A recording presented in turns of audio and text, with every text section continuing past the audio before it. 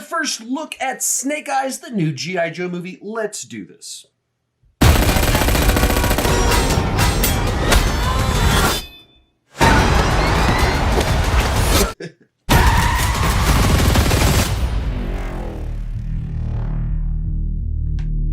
Every warrior has a beginning.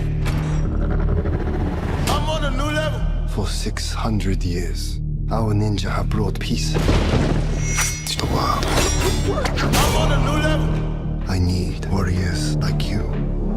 Join us. What do I have to do?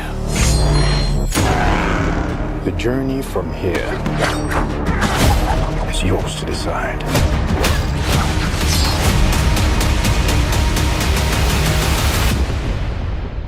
But that is just the beginning. I'm on a new level. I'm on a new level.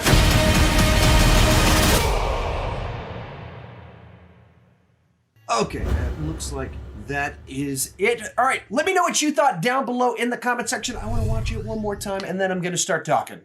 Alrighty, so I was born in the 80s, so I grew up on G.I. Joe. I had an enormous number of G.I. Joes, and I learned that if you took them apart using the screw in the back, you could put them back together and create your own G.I. Joes, which I did a lot of back in the day. So naturally, I have tons of nostalgia for G.I. Joe. I was actually more of a G.I. Joe kid than a Transformers kid, so this is a little bit more one of my franchises than even the Transformers movies were, based per nostalgia.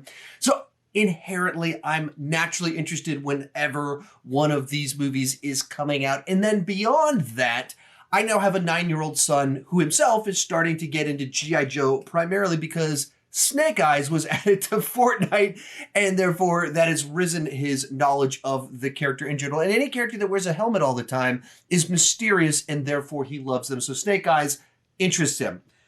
Then, of course, the thing that immediately comes to mind with this particular trailer, the posters, the stills they put out, is that we don't see him with his helmet on. We see the helmet at the end, but we don't see it on him in the trailer itself, in the stills, in the poster. You see his face, which, as my son mentioned, the helmet is what makes him mysterious and interesting. And when you take it off, he's just another guy that can fight, swing a sword, and shoot a gun. Based on just what we saw in the trailer, not trying to evaluate it based off purity and things like that.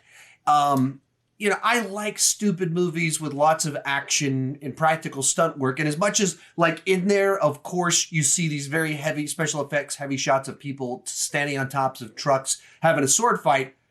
That's also practical stunt work because they're having an actual sword fight. And it looks like the shot action, for what we can see in here, seems to be pretty well done. It's a minute long. We only get to see so much, so I don't want to assume too much about that. But it looks like good old-fashioned action, gunfights, and sword fights and martial arts combat. Beyond that, I appreciate that Henry Golding is getting